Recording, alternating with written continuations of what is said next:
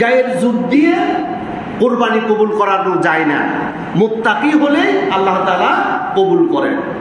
আপনি দেখবেন অনেক আল্লাহর বান্দারা সুদের উপর টাকা নিয়ে, লোন নিয়ে বিভিন্ন ধরনের অন্যায় পন্থা অবলম্বন করে বড়সড় গরু দিয়ে কোরবানি দেয়।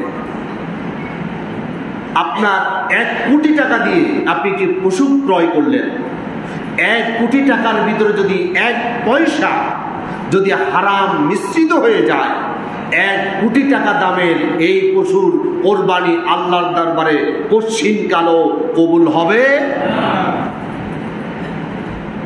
আর আপনি একটা ছাগল দিলেন মাত্র 5-6 হাজার টাকা দিয়ে, শতভাগ হালাল, আপনার হৃদয়ে ভরা আল্লাহর প্রতি শ্রদ্ধা, ভালোবাসা, আবেগ, অনুমতি, হযরত ইব্রাহিম আলাইহিস সালামের চেতনায় উজ্জীবিত হয়ে আল্লাহর প্রেমে নিজেকে উদ্বেলিত করে আল্লাহ সুবহানাহু ওয়া তাআলার দরবারে আপনি সামান্য একটা পশু যখন কোরবানি করবেন, রাসূল পাক সাল্লাল্লাহু আলাইহি সাল্লাম বলছেন, পশুর গলায় ছুরি দেওয়ার সাথে সাথে রক্ত মাটি স্পর্শ করার আগে এই কোরবানি আল্লাহর আরশ আজিম স্পর্শ করে ফেললেন।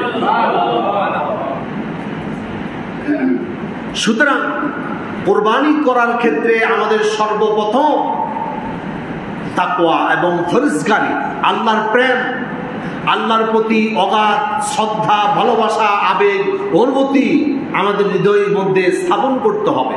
পশুর গলায় ছুরির মাধ্যমে এটার বহির প্রকাশ ঘটাতে হবে। তাহলে আশা করা যায় আল্লাহ তাআলা আমাদের পক্ষ থেকে এই কোরবানি মঞ্জুর করে নেবেন। আল্লাহ তাআলা আমাদেরকে তৌফিক দান করুন। আমরা বলি আমিন। আমার জীবন একদিন শেষ হয়ে যাবে, আমার হায়াতের বাজার একদিন শেষ হয়ে আমাকে মৃত্যুর সাথে আলিঙ্গন করতে হবে। মৃত্যুর সাথে যখন আলিঙ্গন আমাকে করতেই হবে, আল্লাহর কিছু বান্দা যুগের পর যুগ তারা অপেক্ষা করতে থাকে, আল্লাহ আমার মৃত্যুটা তুমি এমন মৃত্যু দান করো, আমাকে শহীদি মৃত্যু দিয়ে তোমার সন্তুষ্টির কাতারে আমাকে শামিল করে নাও। শহীদ হওয়ার জন্য যুগের পর যুগ তারা প্রতীক্ষামান ছিল।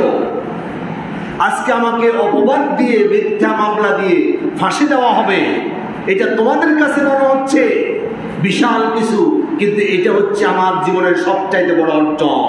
সুবহানাল্লাহ। সাইয়্যিদ কুতুব রাহিমাহুল্লাহ, তাকে যখন ফাঁসির কাস্টে ঝুলানোর জন্য 2 জন প্রহরী 2 পাশে 2টা হাত ধরে ফাঁসির মঞ্চের দিকে নিয়ে যাচ্ছিল, ফাঁসির মঞ্চে ওঠার সময় তাদের 2 জনকে বলল, তোমরা ছাড়ো। তিনি নির্দ্বিধায় নির্বিঘ্নে ফাঁসির মঞ্চে উঠে গেল।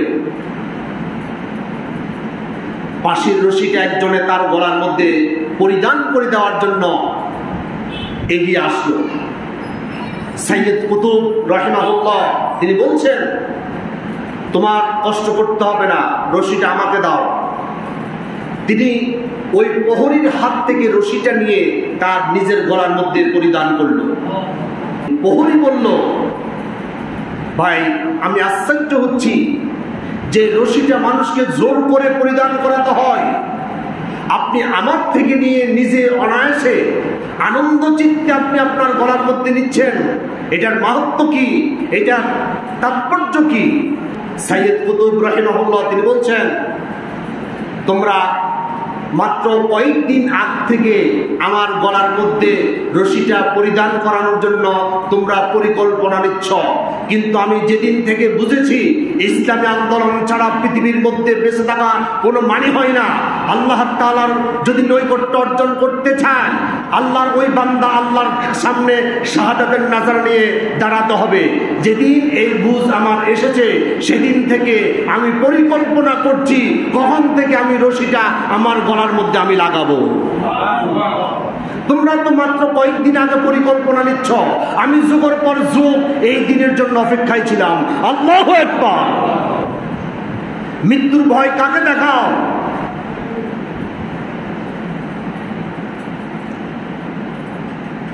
মানুষ যখন তার গায়ের জোর দেখায়, তার প্রশাসনিক জোর দেখায়, বিভিন্ন কলা কৌশলের বল দেখায়, শক্তি দেখায়, সে মনে করে তাকে পরাজিত করতে পারবে।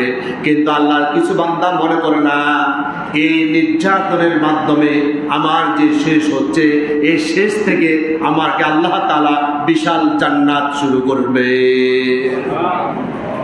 আল্লাহ তাআলা আমাদেরকেও শহীদদের কাতারে শামিল করে নিন, আমরা বলি আমিন। হাবিল বলল, আমি যেহেতু আল্লাহকে ভয় করি, আমি তোমাকে হত্যা করব না। তুমি আমাকে হত্যা করার জন্য পরিকল্পনা গ্রহণ করছো, আমি কিন্তু আল্লাহর ভয় থাকার কারণে আমি কখনো তোমাকে হত্যার পরিকল্পনা করব না।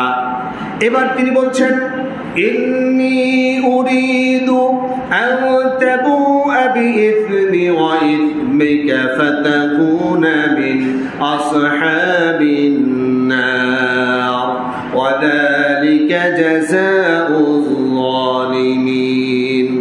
হাবিল কি চমৎকার কথা বলল। এই কথাগুলো আল্লাহর কাছে এত পছন্দ হলো, আল্লাহ তাআলা কিয়ামত পর্যন্ত অনাগত বান্দাদের জন্য শিক্ষা স্বরূপ আল্লাহ তাআলা কোরআন মাজিদে চিরন্তন করে দিল। আল্লাহু আকবার।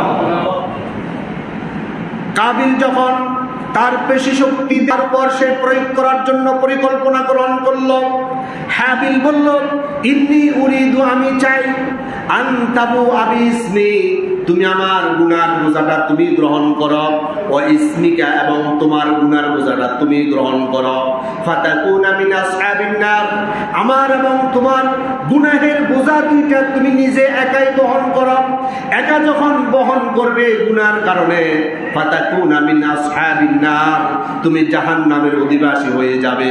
ওয়া যালিকা জাযাউজ যালিমিন, এইভাবে জালেমদেরকে আল্লাহ তাআলা জাযা এবং পুরস্কার দান করে। বলেন নাউযুবিল্লাহ। অর্থাৎ কেউ যখন কাউকে হত্যা করে, সে যদি তাকে অন্যায়ভাবে হত্যা করে, হত্যাকারী ব্যক্তির যত গুনাহ আছে, যত অপরাধ আছে, যত পাপ আছে, হত্যাকারীর আমলনামার মধ্যে আল্লাহ তাআলা ডাইরেক্ট করে দেয়। আল্লাহু আকবার।